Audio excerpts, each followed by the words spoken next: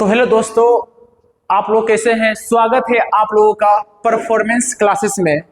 और आज हम जो है पॉलिटी के सीरीज में हम इम्पोर्टेंट टॉपिक वो है राज्य के नीति निर्देशक तत्व को हम शॉर्ट में समराइज करने जा रहे हैं, उसको समझाने जा रहे हैं। दोस्तों जो डीपीएसपी है ये भी है पॉलिटी का एक मोस्ट इम्पोर्टेंट टॉपिक है और इससे लगभग हर कॉम्पिटिटिव एग्जाम में प्रश्न आता है, 1 से 2 प्रश्न। तो बिना समय गवाए हुए हम इसको समझते हैं। तो जो है ना डीपीएसपी राज्य के नीति निर्देशक तत्व, ये क्या है, भाग 4 में ये है और आर्टिकल 36 से 51 तक ये जो है ना डीपीएसपी की चर्चा है।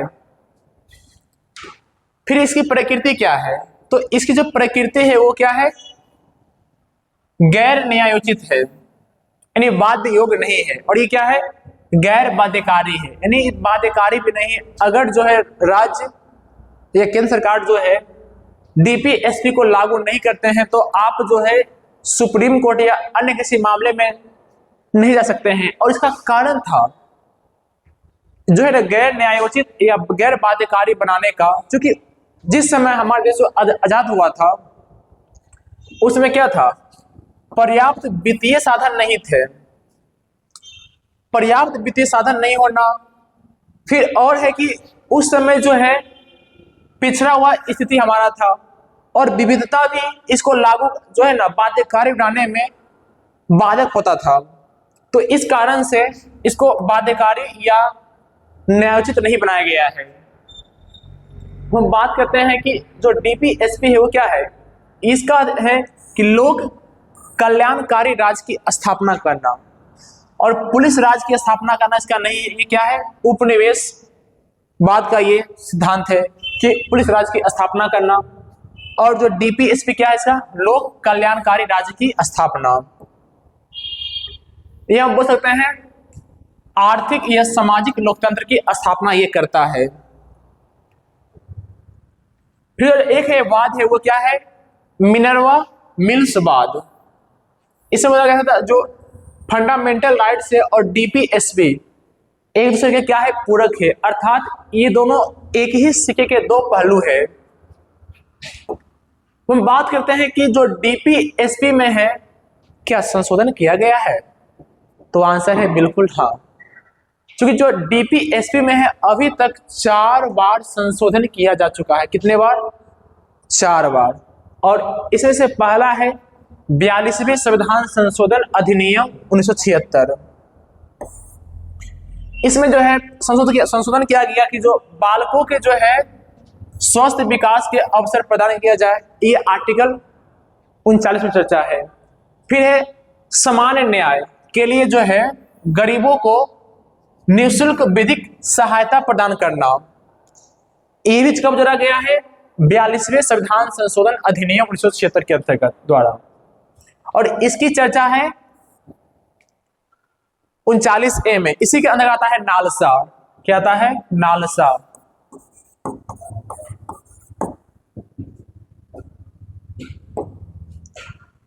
फिर और है कि जो उद्योगों और प्रबंधन के लिए जो है ना, उद्योगों और जो उद्योग का प्रबंधन कर रहा है उसमें जो काम कर रहा है, वर्कर्स कर रहा है, उसकी भागीदारी को सुनिश्चित करना, आर्टिकल 43A, ये भी 42वें संविधान संशोधन में जोड़ा गया है।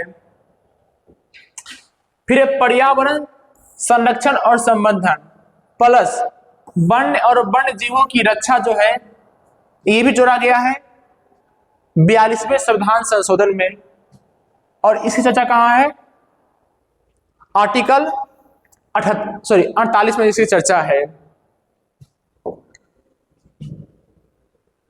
फिर है 44वें संविधान संशोधन अधिनियम 1978।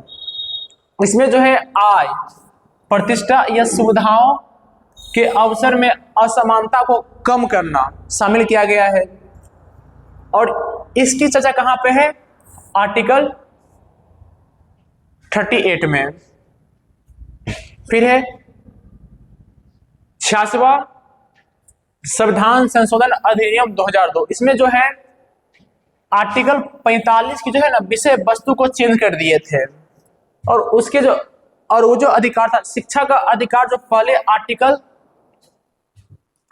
45 में था उसको आर्टिकल 21A के अंतर्गत इसको मूल अधिकार बना दिया गया था इसमें, और इसके स्थान पर इसे ला दिया गया था कि जो है 6 वर्ष के बच्चों की देखभाल प्लस निःशुल्क शिक्षा।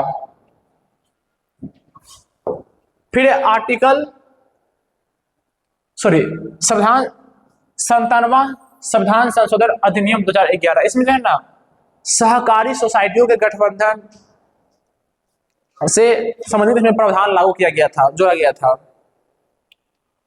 हम बात करते हैं क्या इसका वर्गीकरण क्या है, तो इसका जो वर्गीकरण है वो 3 प्रकार है, लेकिन वर्गीकरण की चर्चा संविधान में कहीं भी नहीं किया गया है।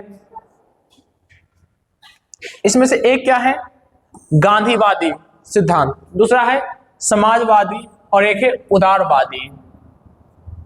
तो गांधीवादी जो स्वतंत्रता संग्राम के दौरान जो गांधी जो सिद्धांत थे उसको जो है ना डीपीएसपी में कुछ सिद्धांत लागू किया था, रख दिए थे, जैसे कि है ग्रामीण पंचायतों का गठन या स्व सरकार इकाई का गठन, यह है आर्टिकल 40 में इसकी चर्चा है।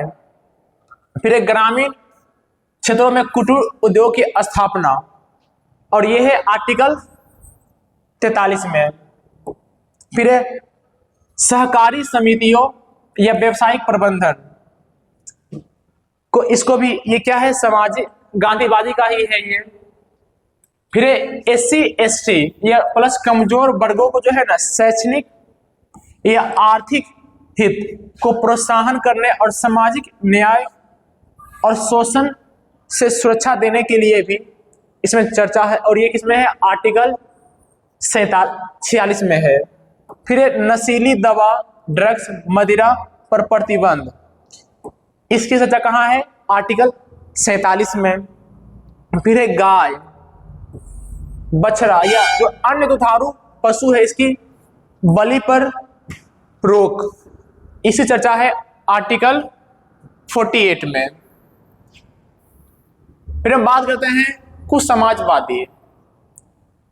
तो जो समाजवादी है ये क्या है, आय प्रतिष्ठा और अवसर की समानता को कम करता है, चर्चा 38 आर्टिकल्स। फिर है निःशुल्क विधिक सहायता, इसकी चर्चा कहां पे है 39A में। फिर काम पाने का अधिकार आर्टिकल 21। फिर प्रसूति सहायता आर्टिकल 42। फिर और है जो है ये क्या है उदार बौद्धिक डीपीएसपी, तो ये क्या है समान सिविल संहिता आर्टिकल 44। फिर 14 वर्ष तक के बच्चों को निःशुल्क व अनिवार्य शिक्षा आर्टिकल 45। फिर है कलात्मक या ऐतिहासिक स्थान हो गया, स्थान वस्तु और स्मारक इसकी संरक्षण करना, और इसकी चर्चा कहां पे है आर्टिकल 49। फिर है न्यायपालिकाओं को कार्यपालिका से पृथक, और इसकी चर्चा है आर्टिकल 50 में। फिर नेक्स्ट है अंतरराष्ट्रीय शांति या सुरक्षा, इसकी चर्चा कहां पे है आर्टिकल 51। देखिए जो डीपीएसपी है इसकी चर्चा कहां पे मुख्य रूप से है भाग 4 में है, और इसको आयरलैंड के संविधान से लिए गए थे, और आयरलैंड के संविधान में स्पेन के संविधान से आया था। लेकिन जो है डीपीएसपी की चर्चा भाग 4 के अलावा और भी कहीं है, तो हम देखते हैं।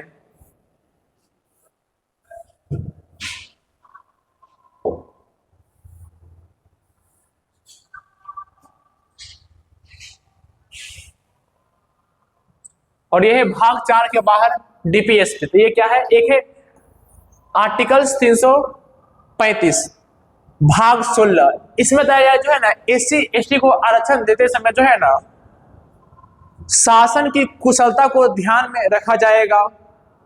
फिर ये आर्टिकल 350A भाग 17, इसमें जो है मातृभाषा में शिक्षा के बारे में चर्चा है। फिर ये आर्टिकल 351 भाग 17, इसमें चर्चा है कि हिंदी भाषा के विकास और प्रसार को बढ़ावा दिया जाएगा। तो दोस्तों आज के लिए इतना ही, और हम मिलते हैं अगले सेशन में, वो है फंडामेंटल ड्यूटीज।